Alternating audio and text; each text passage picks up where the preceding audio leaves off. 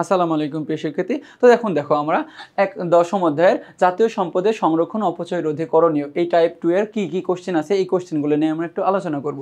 তো দেখি, তো 21 নম্বর কোশ্চেনে বলতেছে যে সম্পদের সংরক্ষণ বলতে কি বোঝায়। কি বললাম যে সম্পদের সংরক্ষণ বলতে কি বোঝায়, বলতেছে কি যে ক নম্বর সম্পদের তত্ত্বাবধান, নাকি সম্পদের বন্টন, নাকি সম্পদের মালিকানা অর্জন, নাকি সম্পদের ক্রয় বিক্রয়। আচ্ছা, ক্রয় বিক্রয়ের মাধ্যমে তো আমরা সম্পদের সংরক্ষণ করতে পারি না, তাহলে এটা আমাদের হইতেছে না। তো সম্পদের মালিকানা অর্জন, আচ্ছা সম্পদের মালিকানা অর্জন হলেই যে সম্পদের সংরক্ষণ বোঝায় এমন না। তারপরে কি সম্পদের বন্টন, আচ্ছা সম্পদের বন্টন বলতে কি বোঝাইতেছে, যে সম্পদের বন্টন বলতে বোঝাইতেছে যে দুইজন মানুষের মধ্যে কি করে দেওয়া, ভাগ করে দেওয়া। আচ্ছা দুইজন মানুষের মধ্যে ভাগ করে দিলেই কি সম্পদের সংরক্ষণ হয়? তো হয় না। আমরা জানি সম্পদের সংরক্ষণ তখনই হয় যখন তত্ত্বাবধান করা হয়। আচ্ছা তত্ত্বাবধান মানে কি, যে দেখাশোনা, কি যে যখন দেখাশোনা করব তখন আমরা কি এই সম্পদটা সংরক্ষণ করতে পারবো, তার জন্য আমরা বলতেছি সম্পদের তত্ত্বাবধান। এরপরে আমাদের 22 নম্বর কোশ্চেন বলতেছে যে বাংলাদেশে এমন একটি সম্পদ রয়েছে যার অপব্যবহারে কি করা হয়, রাসায়নিকীকরণের কি, যে রাসায়নিকীকরণ সহ নানা কারণে কি করা হয়, পরিবেশ ও জীবজগতের অস্তিত্ব বিপন্ন হতে পারে। এই সম্পদটি হলো কি সম্পদ, বলতেছে বাংলাদেশের এমন এক সম্পদ রয়েছে যার অপব্যবহারে কি করা হয়, যার অপব্যবহারে কি, যে রাসায়নিকীকরণ সহ নানা কারণে কি পরিবেশ এবং জীবজগতের অস্তিত্ব বিপন্ন হতে পারে। এমন সম্পদটি কি বলা হয়, আমরা জানি এই সম্পদটি হচ্ছে কি খনিজ সম্পদ। কি সম্পদ? খনিজ সম্পদ। তো দেখো বনজ সম্পদের কারণে আছে এমন আমাদের কি রাসায়নিকীকরণ সরাবে না, পানির কারণেও না, আবার মৎস্যের কারণেও, আমরা জানি কি যে খনিজের কারণে। এরপরে আমাদের 23 নম্বর কোশ্চেনে কি বলতেছে যে কোন ধরনের সম্পদ ব্যবহারের ক্ষেত্রে মিতব্যয়িতা অবলম্বন করা উচিত। আচ্ছা আমরা জানি যে মিতব্যয়িতা অবলম্বন, দেখো যে মিতব্যয়িতা অবলম্বন, মিতব্যয়িত মানে আগে বললাম যে কি, যে স্বল্প পরিমাণে ব্যবহার করা। স্বল্প পরিমাণ বলতে কি বোঝাইতেছে, যে আমার যতটুকু প্রয়োজন ততটুকু ব্যবহার করা। আর দেখো যে সমাজের মানুষ এখন আমরা সম্মিলিতভাবে যে সম্পদটা ব্যবহার করি সেই সম্পদকে আমরা বলি যে সমষ্টিগত সম্পদ। আর সমষ্টিগত সম্পদ সংরক্ষণে দেখো এই সমষ্টিগত সম্পদের ক্ষেত্রে আমাদের মিতব্যয়িতা অবলম্বন করতে হবে। কি করতে হবে? মিতব্যয়িতা। এখন দেখো যদি আমরা একটা জিনিস একটা সম্পদ ব্যবহার করি সেখানে কি কোনো ধরনের সমস্যা দেখা নাও দিতে পারে, যে কি ওই সম্পদটা আমাদের কি থাকবে, কম পরিমাণে মানে শেষ হবে। আর যদি আমরা সবাই ব্যবহার করি, সমাজের দেখো সব সম্পদ যদি আমরা ব্যবহার করি তখন আমরা বলতেছি যে সেই জিনিসটা দেখো সেই জিনিসটা বেশি পরিমাণে শেষ হতে পারে। তার জন্য আমরা বলতেছি এই সমষ্টিগত সম্পদ সংরক্ষণে কি করতে হবে, যে মিতব্যয়িত হতে হবে। এরপরে আমাদের একটা উদ্দীপক আছে, উদ্দীপকটি পড়ে বলতেছে 24 ও 25 নম্বর প্রশ্নের উত্তর দাও। যে নিচের উদ্দীপকটি পড়ে 24 ও 25 নম্বর প্রশ্নের উত্তর দিতে বলতেছে যে কুমিল্লা জেলার সাদিপুর গ্রামের শফিক লক্ষ্য করলেন যে কতিপয় লোক কি করতেছে, বনের গাছ কেটে নিয়ে যাচ্ছে। কি করতেছে? বনের গাছ কেটে নিয়ে যাচ্ছে। যে শফিক সাহেবের গ্রামের লোকজনের সহায়তায় গাছ কাটার সঙ্গে জড়িত লোকদের ধরে পুলিশের হাতে তুলে দেন। কি বলতেছেন? শফিক সাহেব গ্রামের লোকজনের সহায়তা, আচ্ছা গ্রামের লোকজনের সহায়তা, আচ্ছা এই কাজটা উদ্যোগটা গ্রহণ করেছে প্রথমে কে? উদ্যোগ গ্রহণ করেছে শফিক সাহেব। দেখো শফিক সাহেব যেহেতু উদ্যোগ গ্রহণ করেছে সেই দেখো তাহলে আমরা বলতেছি কি তিনি প্রথমত ব্যক্তিগত উদ্যোগ গ্রহণ করেছে। কি করেছে? ব্যক্তিগত উদ্যোগ গ্রহণ করেছে প্রথমত।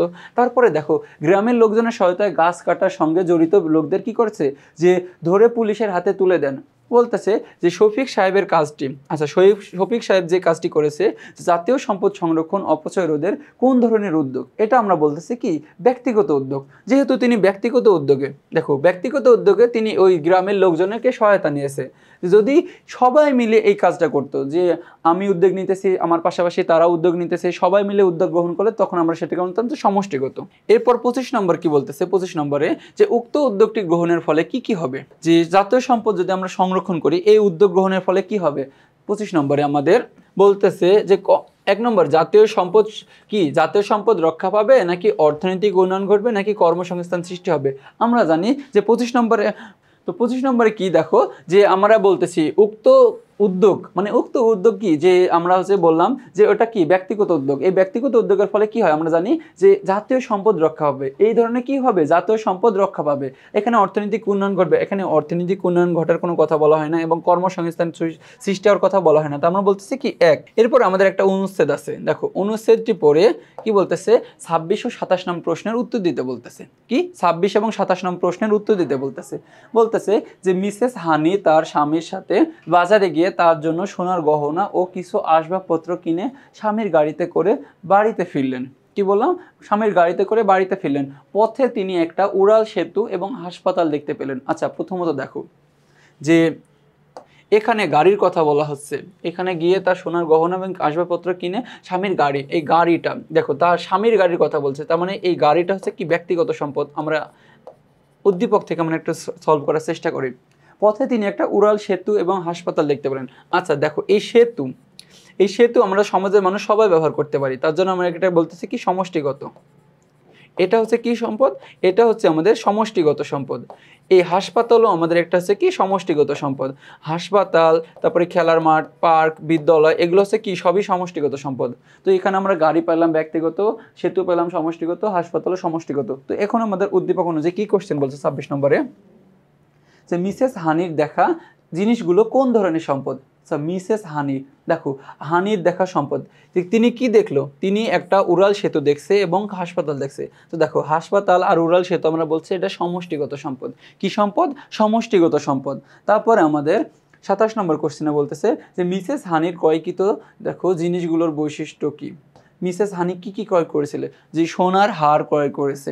তো বলতেছে অযথা অপচয় করে না। কি অযথা অপচয় করে না, নাকি হচ্ছে কি প্রয়োজন অতিরিক্ত ব্যয় না করার জন্য সদা তৎপর, নাকি ক্ষতি হলে তা রোধ করে না। কি যে ক্ষতি হলে তা রোধ করে না।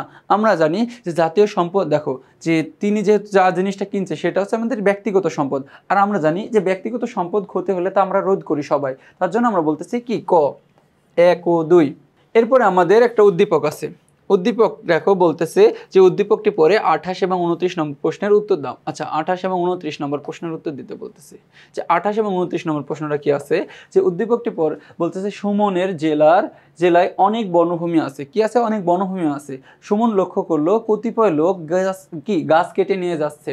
যে সুমন গোপনে পুলিশকে খবর দিয়ে তাদের কি ধরিয়ে দেন। আচ্ছা সুমন গোপনে তাদেরকে ধরিয়ে দিলেন। তারপরে বলতেছে প্রশ্নটা বলতেছে কি 28 নম্বর, যে সুমনের কাজটি জাতীয় সম্পদ সংরক্ষণে অপচয় রোধে কোন ধরনের উদ্যোগ। দেখো তিনি একা উদ্যোগ নিয়েছে, সুমন গোপনে।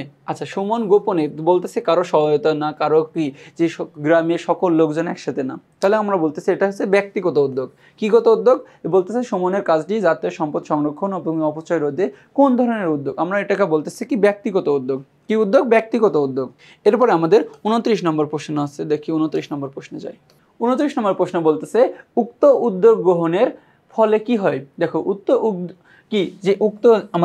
উদ্যোগটি কি ছিল, যে তিনি হচ্ছে কি নিজের সহায়তায় মানে ব্যক্তিগত সহায়তায় পুলিশদের দিয়ে তারা ধরে দিছে। তো এক্ষেত্রে হবে কি যে জাতীয় সম্পদ কি পাবে? রক্ষা পাবে। আমরা জানি কি যে তাহলে এই ক্ষেত্রে জাতীয় সম্পদ রক্ষা পাবে।